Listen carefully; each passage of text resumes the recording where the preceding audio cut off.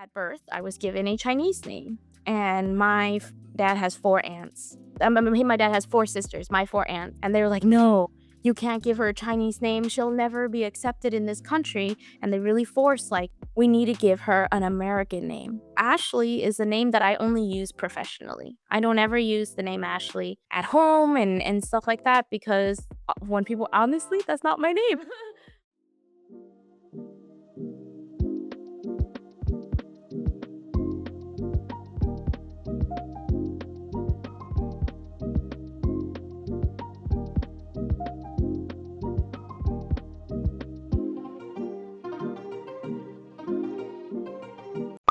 Hello สวัสดีค่ะทุกคนค่ะ Welcome to THAISPORA, to the video podcast about the stories of the Thai communities in and outside of Thailand. With me, I have Ashley, who is a musician and also the director of Mount Rainier High School Music Department.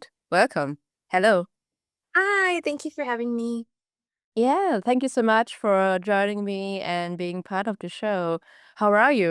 Really good. We just finished our school year, so I'm on summer break now and having a good time.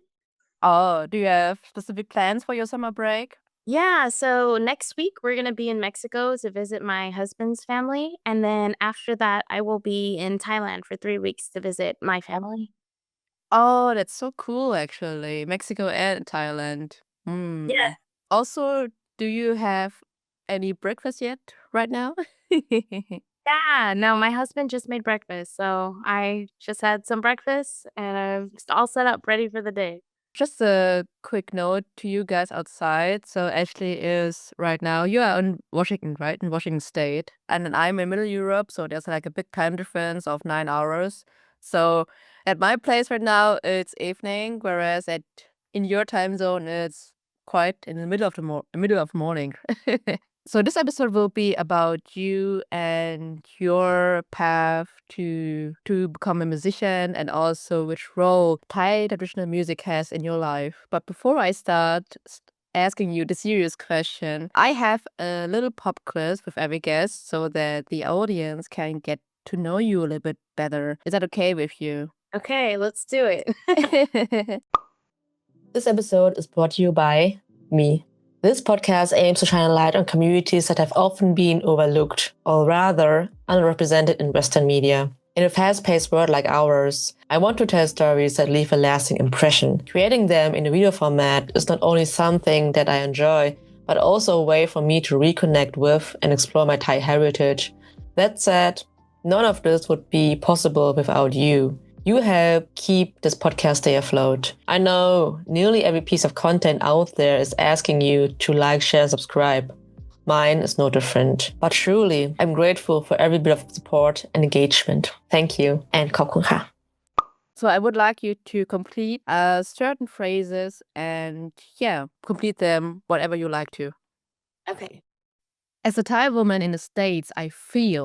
As a Thai woman in the States, I feel proud of my identity and my culture and my people. Should I keep going? Yeah. Please elaborate. So how come that you feel so proud of your heritage? I will say that my experience is unique. Even though I live in Washington State right now, I was born and raised in Los Angeles. And I think that's the best place that a Thai American could be born within the States. We have a very large, thriving Thai community. And I felt very lucky to be in touch with Thai education, especially in terms of music and culture. So I was able to develop that alongside with my American identity. And it feels very organic to me because I was exposed to that. So that's where my sense of pride comes from, that I feel proud to be Thai American and how my culture coexists with my life here in America, even though I've now moved out of LA.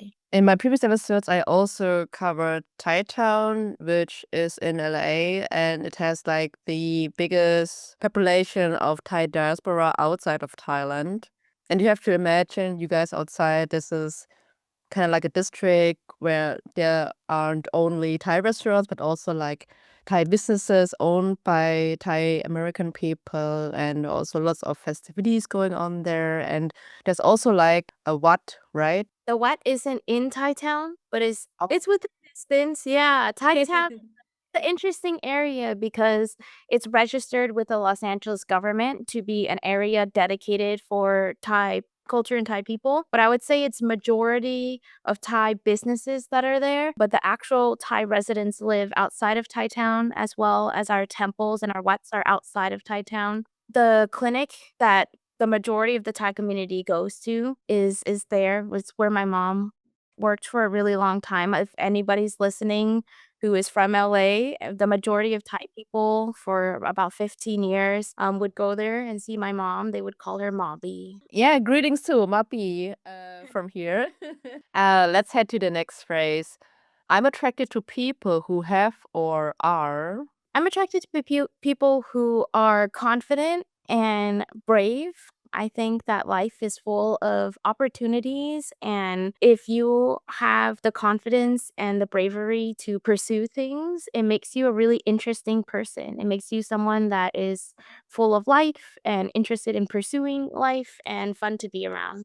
I feel also attracted to these kind of people who are brave enough to go their own ways and also be bold about taking paths that others wouldn't kind of like never go to. And this is also something that impressed me a lot. It's kind of like a role model for me as well. Next one. This really turns me off. What really turns me off? It seems so cliche because it's basically the opposite of what I'm really attracted to. But I'm really but I'm really turned off by people who aren't willing to try things. Closed-minded people, right? Like there's so many different types of people, but when we can be open-minded and this sounds like I'm being so repetitive, but to try new things and to be open-minded, it makes us more connected to each other, gives us a stronger sense of community no matter where you go in the world. I mean, if you aren't even convinced by something, at least give it a try. And if you are still not convinced after this, then it's also fine.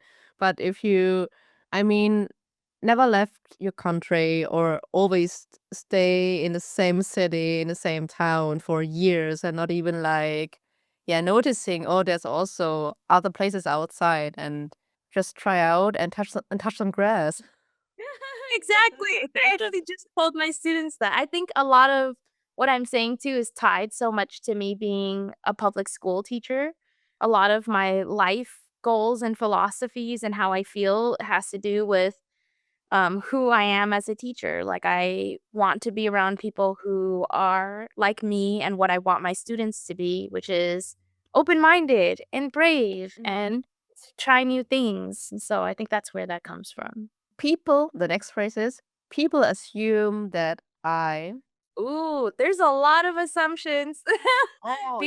A lot of things about me, and it just kinda comes with the territory of where I live right now in Washington State. I'm a minority. I didn't even though I technically was a minority back in Los Angeles, I didn't identify as one.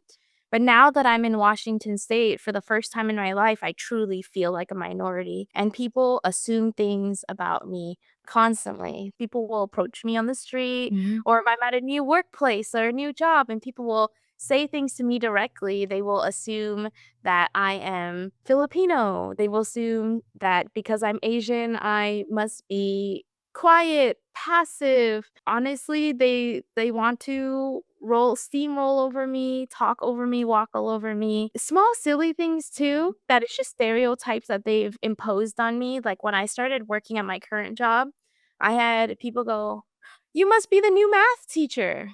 Oh Lord. Again. A fucking again. And I was like, "No, which is nothing wrong with being a math teacher, but who are you and why did you come up to me and say that?" At least just say you're the new teacher. Full stop.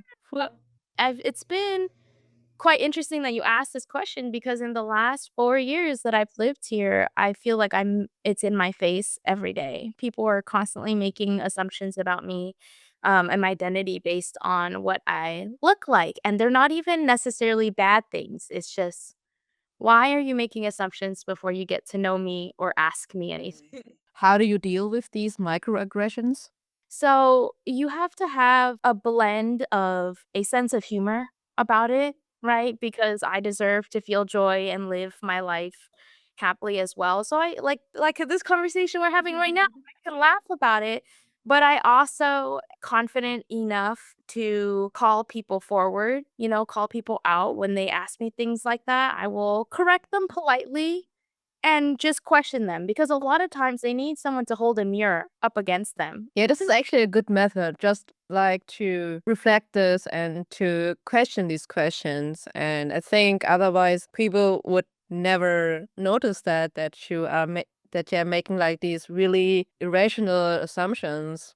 I have also like another like fun story to add because this year I went to Thailand and I spent there I think over 2.5 months there, and I was also in Bangkok. And there are a lot of tourists there, a lot of travelers in Bangkok. It's full of people, and I went to a temple there to see the sunset. One tourist, I think it was a white tourist with his friends.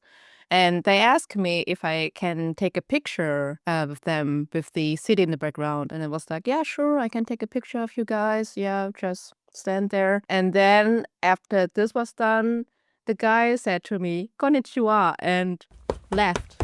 And I was like, I'm gonna lose my mind. I'm gonna lose my mind.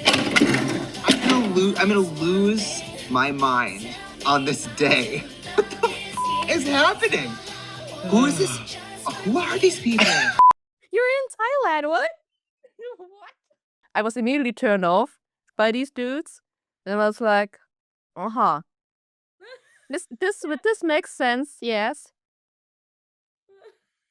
Last phrase I associate Thailand with. Ooh. I associate Thailand with home, even though I am born and raised in Los Angeles. Well, one, my mom and my brother live there. And for me, my family is home. When I live here, every year, just like everybody else does, they go home to visit their families. And for me, that is Thailand. But also, I have felt very lucky to feel very welcomed there. I've never felt like a foreigner, even though technically I am, right? Like I'm American in a sense, and that is something that I think about a lot, especially because I'm not just Thai, I'm also Vietnamese, and I don't feel the same way about Vietnam or my Vietnamese identity. Have you ever been to Vietnam? Yeah, my parents took me when I was little to meet my family over there.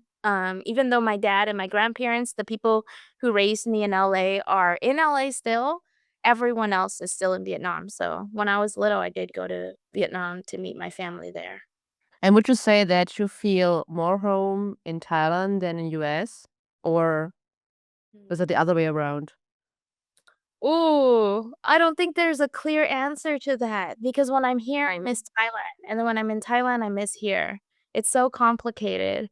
I've chosen to live here, right? Like my mom has asked me many times to move over there and to just live there with them. And I've made a choice to live here. Yeah, I've get this question also when I'm in Thailand, that people ask me when I'm going to go back to Germany, because Germany, I mean, I live here and I also have been here for a lot for many years, and people assume that I would also go back to Germany. And I was like, yeah, I go back to Germany, but it's actually my passport country and I feel more home in Thailand, even though I don't understand the Thai language at 100%. So I can speak and I can also write and read Thai. Sometimes there are like some mannerisms or some customs that I don't really understand because I didn't grow up with these customs.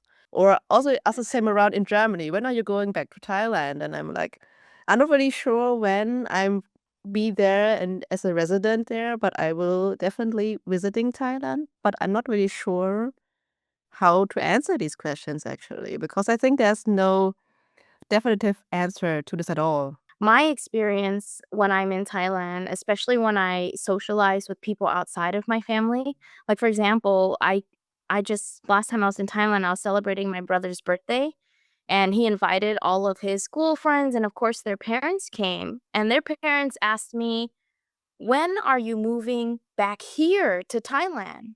And I froze and I was like, oh, they perceive me as someone who is from Thailand and moved to the US, and they're asking me when I'm coming home to Thailand. And I guess that kinda, like, layers into that identity thing of, like, I think of Thailand. I associate Thailand with home because all the people there are always asking me, "When are you moving back here?"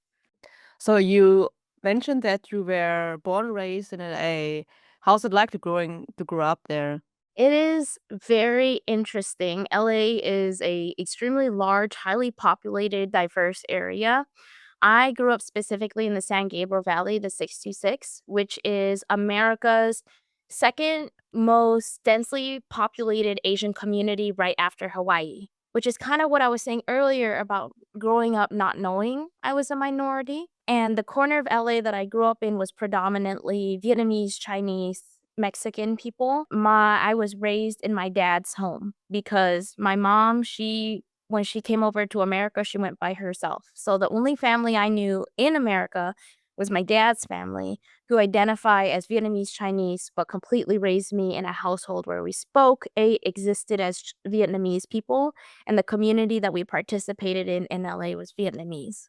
Mostly, though, identifying with Thai culture because I felt so connected to my mom and how much she created a safe space of Thai culture around me and how she raised me.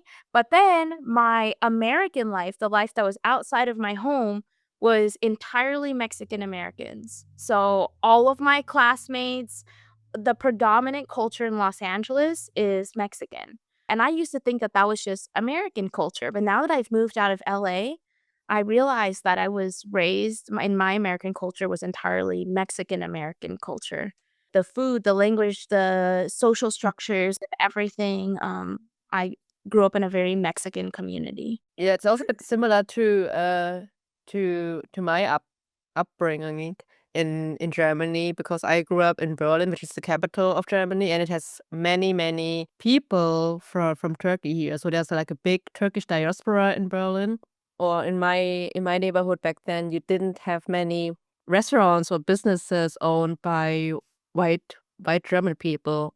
Mostly they were like Turkish people or with an immigrant background. And then I realized, oh, this is actually more kind of like working class neighborhood that I grew up with, or like middle class.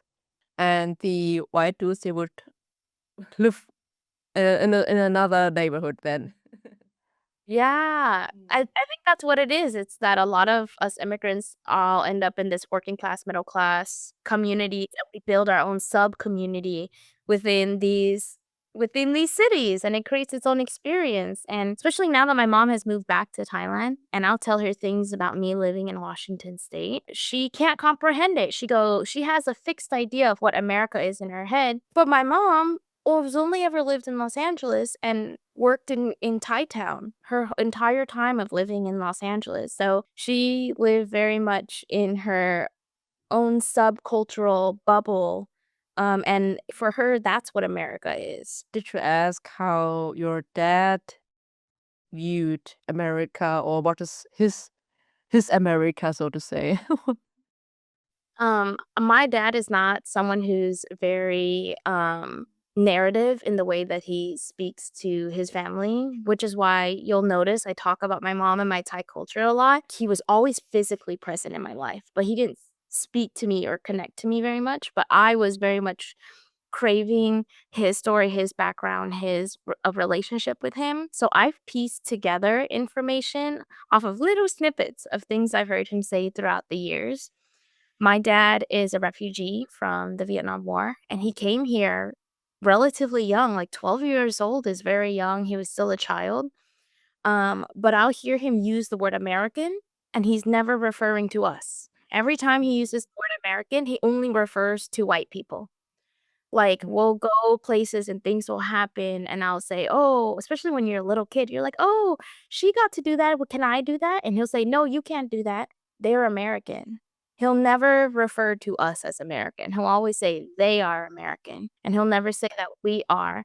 One of the most recent incidents of this really clicked in my head of how my dad views America and our community and how he sees it is when I was entering grad school. I was saying, why I was going to this specific grad school was because I wanted to really focus on music education and bringing Southeast Asian culture, specifically Thai culture, but Southeast Asian culture to the Western American music classroom. He was so flustered by this. He was like, why would you do that? He just did not understand. And in this conversation, the questions he was asking was very much me realizing he does not see this as our country. He sees this as their country. So complicated because at the same time, I know that my dad would never want to move back and live in Vietnam. I believe in anti-racism and social justice, and I want to diversify music education. I want to be a cultural leader in America and bring Southeast Asian music to the American classroom. That shocked him. He was like, this isn't our country, as if I was not in my right to bring our culture to the table. And it reflected how he raised me, which was like, keep your head down and work hard. That's what my dad's family is. They work really hard. And then I found out recently they don't identify as Americans, which is such a complicated thing. It's so well-intentioned, but my dad's family worked towards assimilation. I think it was in means of survival. They worked so hard to what they felt like was protecting me. At birth, I was given a Chinese name, and my dad has 4 aunts. My dad has 4 sisters, my 4 aunts. And they were like, no, you can't give her a Chinese name. She'll never be accepted in this country. And they really forced, like, we need to give her an American name. Ashley is a name that I only use professionally. I don't ever use the name Ashley at home and stuff like that because when people, honestly, that's not my name. We are not going to speak our native language to her, which is why I don't speak Vietnamese. And just pushing assimilation. My mom, which was my dad, was like, don't let them see you as a foreigner and your name is Ashley and you speak English. And my mom was like, we're proud to be Thai. So you mentioned that your mom also did she grow up in LA Thai town? No, my mom was born and raised in Bangkok. She stayed there all the way through to the end of college. Like she finished her college degree and she had a job. She was working her career, was a full adult woman in her mid-20s. And she was like, oh, I guess I'll go to grad school. She was like, kind of, I get it. I'm in my 20s, so I feel it right now. What am I going to do with life? I'm going to go to grad school. So she did a very small couple months foreign exchange student program with UCLA. But then she met my dad and she stayed for 20 years. She had her plane ticket booked, and the night before she was supposed to get on that plane, her classmates said, oh, we're going to miss you. Let us take you out and celebrate and say goodbye. So they took her out to a bar, and she met my dad at this bar, and she never got on the plane the next day. Yeah. Is there kind of like a childhood memory that you especially cherish? All my fondest childhood memories, it has to do with my mom, and it often has to do with the what, because I spent so much of my childhood. My lifelong friends are the friends that I met at the what. Like we have matching tattoos and everything.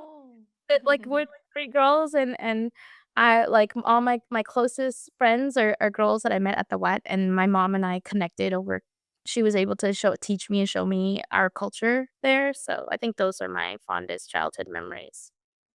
Oh, that's so cool, actually. Would you say that you are a religious person? So how is your relation to Thai religion? Would you a religious person? Yes. So I do identify as a Buddhist, and mainly because of how I was taught Buddhism in the West. And it's very interesting because my family did not get into Buddhism until I did.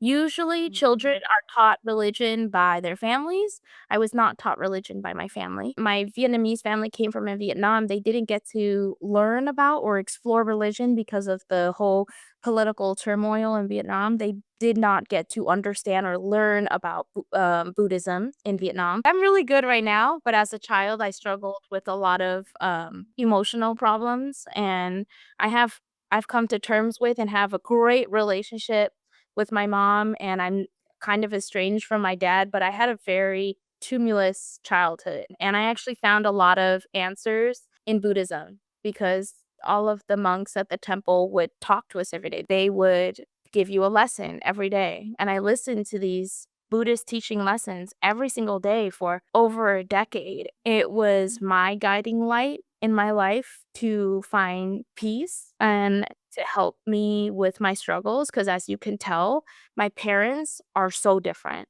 And to have parents who don't even understand each other, they couldn't really help me understand myself. I learned Buddhism as a philosophy. I know that it's a religion, but I didn't learn Buddhism as a religion. I learned the difference between my Vietnamese family being Mahayana Buddhist and then understanding that at the Wat, we were Theravada Buddhists. As far as I can remember, there's also like a big difference between Theravada Buddhism and Mahayana Buddhism. Theravada is the more, it's like conservative approach to Buddhism, and it's more stick to the scriptures and there's also like the three baskets, like this like specific scriptures in Theravada Buddhism where the Buddhist people and also the monks, the Sangha, the monastic community align with. And Mahayana is totally different from this. It has like a different approach.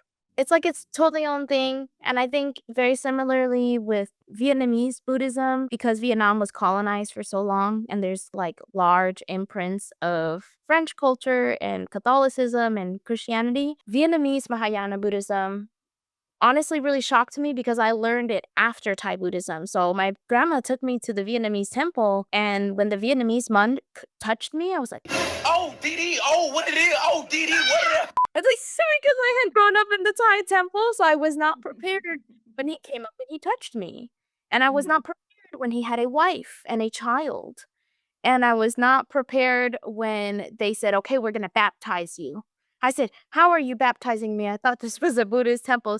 Just a short note, monks aren't allowed to touch women because they have menstruation blood, and menstruation blood is regarded as something dirty. So you mentioned that you spent a lot of time in your childhood and also in your teenage years at Wat Thai. How come that this time there was so important for you besides the religious part? Was there any other events or activities that you were participated? I was mainly there for music. So I started at like age 7 going to Wat Ba, and it was mostly community volunteers, but they, for a short period of time, had some teachers come from Thailand to teach us Thai music. And as I got deeper into it, my mom understood that, okay, if you're going to take this seriously, we have to go to Wat Thai, because Wat Thai every single year will send teachers to teach language, culture, but mostly like music and dance from Thailand. And it was mostly teachers who were like graduating, I think, from Chulalongkorn University and needed to do their student teaching. I wasn't too focused in reading, writing, and all of the academics. I was there to learn music, and I spent my time practicing and performing. I think it's also so cool to see that a Wat, like this Thai temple, can also be a place of education where you learn something. It's not only like a place for worship, but also to educate yourself. And which instruments did you learn at Wat Thai? When I got to Wat Thai, I already knew how to play Kim. So I continued to learn Kim, and then I picked up Saw Duong. I'm not very good at Saw Duong, but I played Saw Duong for a lot of my years at Wat Thai, and those were my primary 2 instruments. Kim is what you play. It's like a large string instrument, lots and lots of strings that you play with small hand mallets. And then the Saw Duong, it looks I think it's based on, because it looks very similar to a Chinese erhu, and it's just a two-stringed instrument that you play with a bow. And it's a very high-pitched instrument. And these are instruments that you would play inside of a traditional Thai ensemble. I have to admit that I also don't many people who can play musical instrument, especially not a specific Southeast Asian musical instrument. So it's really cool to meet someone who is like a professional with these instruments and how to, for me, from my perspective, and to handle this actually. Oh, it's so funny that you call me a professional, because I would never say that I'm a professional Thai musician. I feel like an amateur musician. It's just something that I identify as, and the way that I use, like I said, the word primary, that vocabulary comes from me majoring in music here in America because technically, professionally, I am a Western musician. I got my degree in music education in trumpet studies. So professionally, I am a trumpet player. But all of these titles and labels are just it's just such like white supremacy culture, very much labeling things and what they deem as what is correct and what is right and stuff like that. So I'm also trying to destructure my mind from that system. There's many types of Thai ensembles, right? I think the one that we see most common in America is not actually going to be traditional Thai music, which is what I grew up with.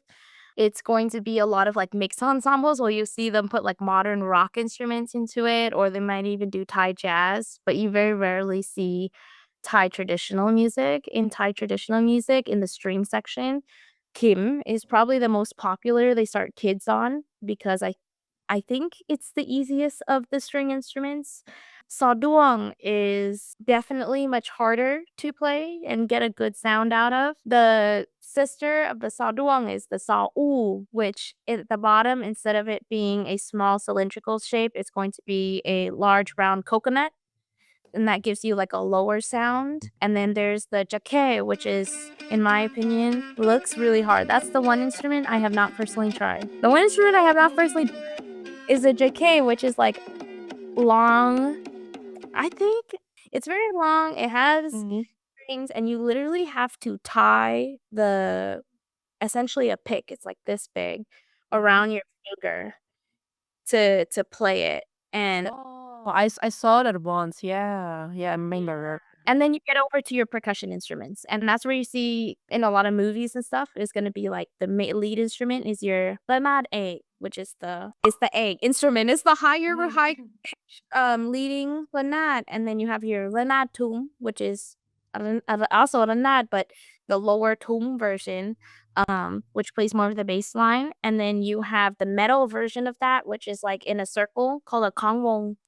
So you have your kongwong. And then you have other percussive instruments. Of course, you have your ching and your chop to keep time. And then in terms of wind instruments, that also varies, but the one that you see most commonly is going to be a kui. Kui is literally just like a very simple open hole, essentially flute that you'll see most common. There's so many more niche instruments that you can get into, but if we're talking about basic ensemble, those are going to be your most basic instruments. And then every ensemble keeps time with the ching. That's how you don't have a conductor in Thai music. Everything is kept in time using a ching. And then the kim is a little bit heavy, but I will pick it up so you can. Oh, so strong.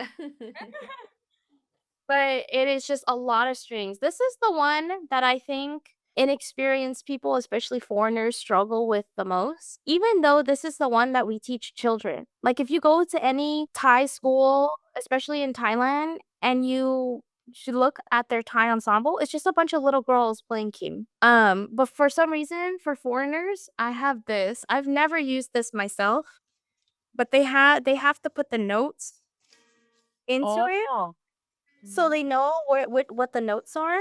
In my opinion, it makes it more confusing. Like, how are you supposed to tell what is what? Oh my God, what is that? Oh my God, what is that? I find it very interesting that you showed the little stripes with the notes on. Yeah. Can you say what's the difference between learning a Thai instrument and a Western instrument? In my opinion, one of the leading differences is how we learn it. In American music, we read a lot of sheet music, right? Like we learn how to read. I'm sitting in my office, so I have it at arm's distance. But we learn how to read a lot of like sheet music, and we learn all our notes, right? Whatever instrument you are, treble clef, bass clef, whatever. Versus in Thai music, we mainly learn by rote. Learning from someone else directly teaching it to you. It works very similarly to language, right? When we learn about storytelling and they talk about oral tradition, I would say that Thai music works in the same as oral tradition. So when I first started learning Thai music, I literally would sit like this on the floor with my kim in front of me, and my teacher would sit on the other side, and he would play upside down because he'd play on the same instrument. He would sit on that side, and he would play, and then I would play. And we just did this. We would do this for hours, where he would play something, and then I would play it back to him. Eventually, at some point, when you get more advanced at the instrument, and people can just say the notes to you, because we do have names for the notes, and we use solfege, so we use do, re, mi. And my teacher, he played saduang, so he would play it on the saduang, and then I would play it on the kim, and then we would play it together. So that is learning by rote, and in my opinion, that is like one of the biggest differences between Western music and Thai music. And while many people see that as a detriment, because obviously it's very time consuming, I see it as a huge plus to learning music. I mean, I know that classroom teaching one teacher to 30 kids is, you know, common because it's practical and efficient, but the best learning you're gonna get is one-on-one. The best learning you're gonna get is one-on-one. The best learning you're gonna get is, especially as a musician, using your ears. I remember that I had lots of difficulties when it comes to reading notes because in Western schools and especially during music lessons, reading notes is like the thing that you learn there. And I had always difficulties to pick this up because I couldn't like say, oh, is this that note or is this note or so? So I was really horrible in this. So I was like more into visual things, into art rather than music. Did you always want to become a teacher? Not always. I definitely started when I was young. I, like every other kid, had a wide variety of interests. But around the time when I was in high school, I knew that I wanted to be a teacher. I just didn't know that I wanted to be a music teacher. And this was despite the fact that I had already been playing music for so long. I had been in Thai music since I was 7, and then I started doing Western music. I started playing flute in 6th grade. So what is that, like 12 or something? Maybe younger. 6th grade I started playing flute, and then I started playing trumpet, and I was so deep in the music community, both Thai and American. It had never occurred to me to be a music teacher. It was not a dream that was spoken to me. It was not something that I saw myself in. All the music teachers that I knew in America, at least, were, older white men. It just was not an option that was drawn for me. So when I decided that I wanted to be a teacher, I was like, I'm going to go be an English teacher. And I held on to that dream for quite a while, actually. There was a woman who came in. She's like the band director for one of the local colleges in my area. And I was so mesmerized by her. It was my first time seeing a woman conduct a band. I'd never seen a woman conduct a band before her. And she came up to me. She said, "What do you want? Right? What do you tell kids? What are you going to do after high school?" And she spoke that dream for me. She said, "Why not be a music?" Because I said, "I want to be an English teacher." She said, "Why not music?" And at that moment, it made so much sense. I think I was 16 at the time. Now that I'm on the other side of it, that's where all of my passion comes from being very proud about Southeast Asian music and Thai music with my students and in my community, because we need to change that narrative. We need to change that narrative. There's so many awesome, cool, intelligent, smart, great things about our music too.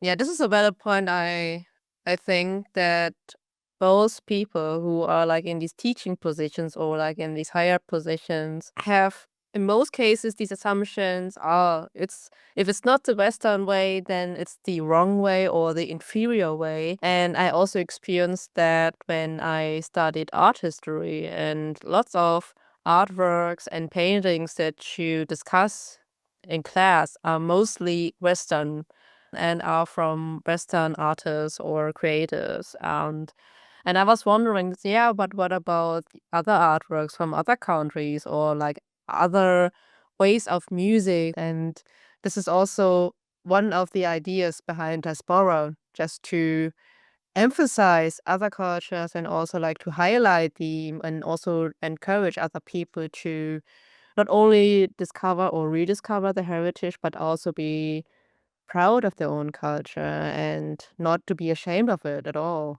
because some old-fashioned white dudes say so. Yeah, and it's even more complicated because they were standing on a point that was somewhat valid. It just wasn't open-minded. It was them saying, "Okay, but you signed up for a major where you wanna learn classical music," right? And I think they, like, literally told me this, like, "It's not even that your culture and your music isn't valuable, it's that you signed up to learn our culture and our music. But music is people, and I am a person, and this is me. This music in this culture, this identity, it is me. This is part of me." And always trying to make a point in that and fight for that and be proud of that. Um, which I think now I'm finally feeling more confident about, especially with the recent project that I just did with my students in the Seattle Symphony. Mhm. Can you please walk us through this? What were your motivations to do this? There are some examples of Thai traditional music in Western music, but they're all done by the Thailand Philharmonic or the Bangkok Orchestra. So it's all within Thailand itself. And I really wanted to participate in that myself and bring that to my students here in America. I was in an opportunity where I was in conversation with the Seattle Symphony, which is the big premier orchestra here in Washington State. And in conversations with them where they were looking for someone to help them put on a concert for Latin American music or Mexican music. And I was like, that's really great, but hear me out. The Northwest Symphony Orchestra, who's in the same neighborhood, they already have a Latin American concert. Our our district has a Latin American concert. We do a lot of Latin American community music here, which is good because we have a Latin American community here. Great. But have you ever done a Southeast Asian music concert? And they were like, "No, we don't even know what that is." They were like, "We don't know what that is." Like, and I was like, Thailand, Vietnam, Cambodia, Philippines, Laos. They're like, it's just something that they had not even considered. And I told them, I said, "Well, if you want to partner with our district, this could be something that would be really cool." One of the reasons is the community exists. We have a very large Southeast Asian population here. We have a lot of Vietnamese students, Cambodian students, Filipino students. This is a community that is present. And then two, you have me. I am, as far as I know, the only Southeast Asian music director in the state. We spent a year curating music, doing interviews and reaching personally to composers that we wanted to platform because there is some published Southeast Asian music out there. It's mostly written by white people. When we do it, we're told, oh, like, right? Literally was told, "Oh, this is not good enough. It's not real music." And then some white dude writes it, puts it online, and makes so much money off of my culture that I was told wasn't good enough. For the Thai piece, we reached out directly to the Thailand Philharmonic. And it was just so beautiful because I got to tell them and say, I grew up playing traditional Thai music, like, and I got to tell them my story and how important this was for me. "Can we please buy the music from you? Can we please rent the music from you? We just wanna do one concert. I want my kids to be able to play one of these 2 songs." I asked for La Dom Duan and Kamen Sayo. And they responded and they said, "Oh, like, hello from Thailand. Here it is. We're gifting it to you." Like, I got so emotional about it. They're like, "We're gifting this to you. Take both songs. Whatever you do, can you please just send us a recording? We wanna see it when it's performed." I learned about my Filipino students. I learned about my Cambodian students, and it was such a beautiful, rich musical, cultural experience, and I got to put this on a big stage with the Seattle Symphony. It was a free community concert. We packed the house, and we had all of these aunties and uncles coming in traditional attire. It just meant so much for us, like this diaspora community outside of our homelands, to be able to connect and not have to pick. Because my kids, like, we played some traditional instruments, but they were primarily playing their Western instruments. We didn't have to pick between either. We got to do both.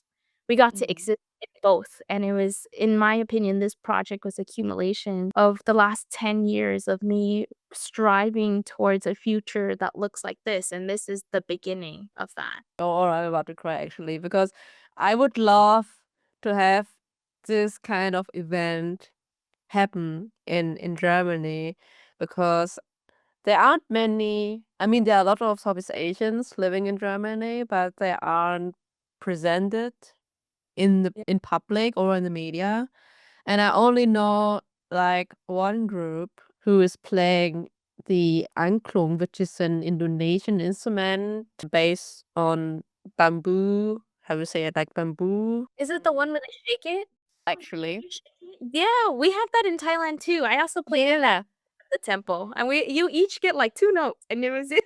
Yeah, and they come in different sizes, and depending on the size, there are like different tones depending on the size. In the town that I live, and I once played also the Philharmonic Orchestra once only, that I'm aware of. But I would love have to like a whole Southeast Asian orchestra in Germany who's like playing various instruments and also showing that Southeast Asia is not only about food and vacation, it has also like a rich, diverse culture. If someone wants to learn a Thai or like a Southeast Asian instrument, but this person cannot get it somehow because it's not available in the country, it's also like very difficult to order it online. Are there like any recommendations from your side how to get these instruments?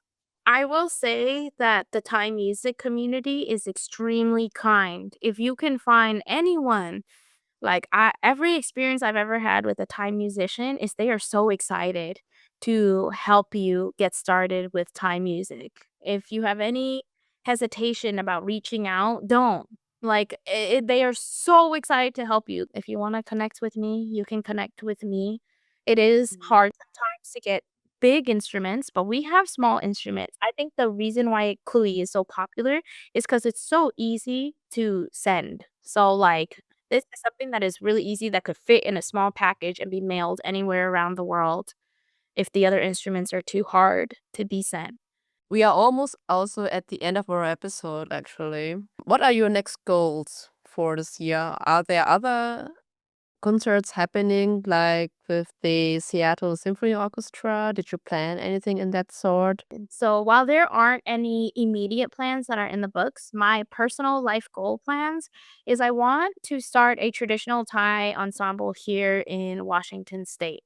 So I was really resonating with some of the things you were saying about how in Germany you didn't feel like it wasn't obvious to you, at least at the temples it was a place of education, and that's how I feel about the Wats here in Washington, because we have Thai temples here, and I've been to them for Songkran and stuff, but it doesn't, and it's mostly, like, all the aunties just kinda gossiping and then, maybe bringing meals for the monks, but there are children here that are missing out, and I want to give them what I was given, and that's gonna be the next step for me. I want to figure out how I can, even if it's a very small scale, begin to teach Thai music to the Thai children that are here in Washington State, and then the bigger long-term goal is to have a Thai traditional ensemble here in Washington State.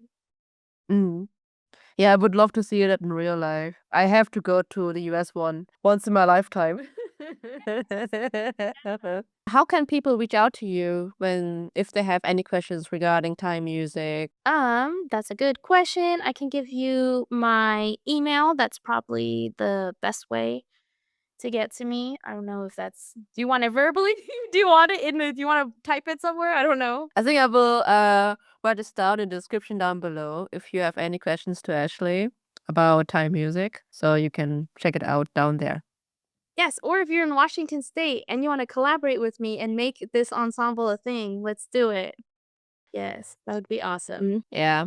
Thank you so much for sharing your story and diving into Thai music and into your amazing projects. I wish you all the best for this, and I really, really hope to hear more about your orchestra and the plans that you're doing, because I appreciate so much what you're doing, and I hope you can keep us going as long as possible.